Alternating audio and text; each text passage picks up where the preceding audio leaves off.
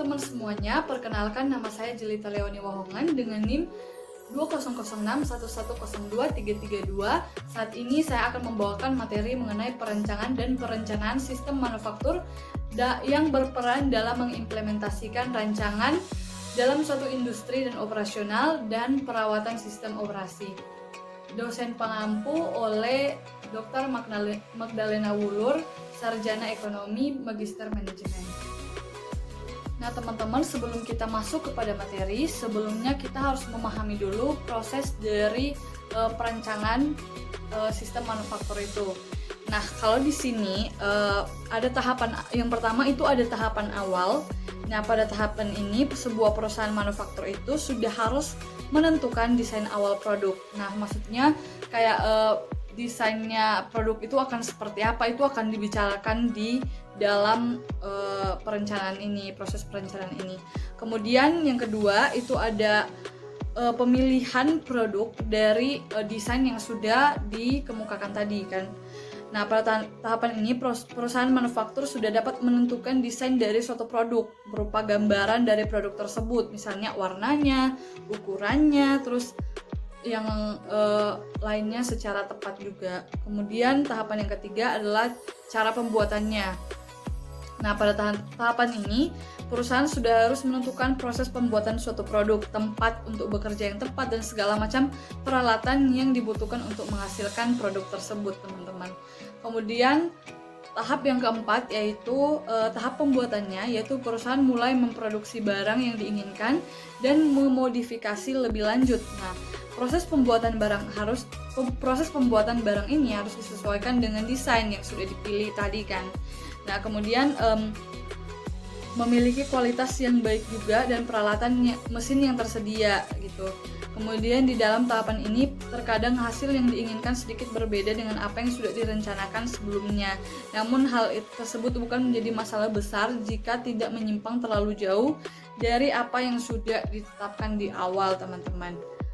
Kemudian perusahaan juga masih bisa memodifikasi barang tersebut sedikit demi sedikit hingga tercapai sesuai dengan yang diinginkan, seperti itu. Dan perlu kita ketahui juga teman-teman bahwa proses perencanaan dan perancangan proses produksi ini itu supaya perusahaan tuh bisa tahu gitu loh berapa banyak tenaga yang akan digunakan, terus berapa lama waktu dikerjakannya, terus alat dan bahan apa yang akan digunakan dalam proses produksi gitu loh, sehingga proses produksi itu berjalan secara efektif dan efisien gitu kan.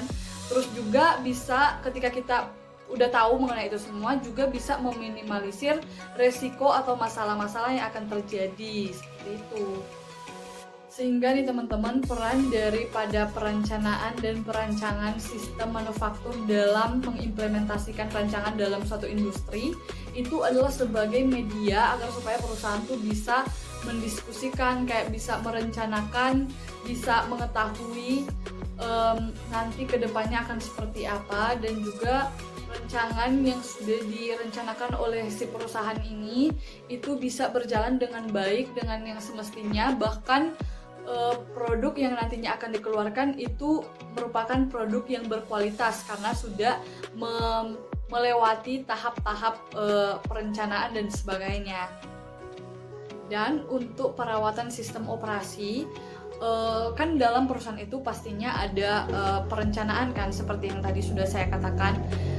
Nah di dalam perencanaan itu pasti ada dibicarakan banyaknya bahan dan alat yang digunakan kan, seperti itu. Nah dengan melakukan perencanaan ini kita tuh bisa tahu gitu, alat ini muatnya sebanyak ini gitu, alat ini muatnya sebanyak ini, sehingga mengurangi kerusakan daripada mesin tersebut itu juga gitu.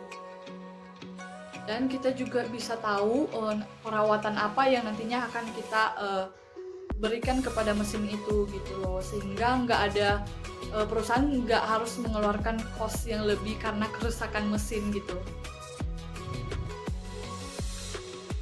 Demikianlah materi kita pada hari ini, dan sampai bertemu di lain waktu. Dadah guys!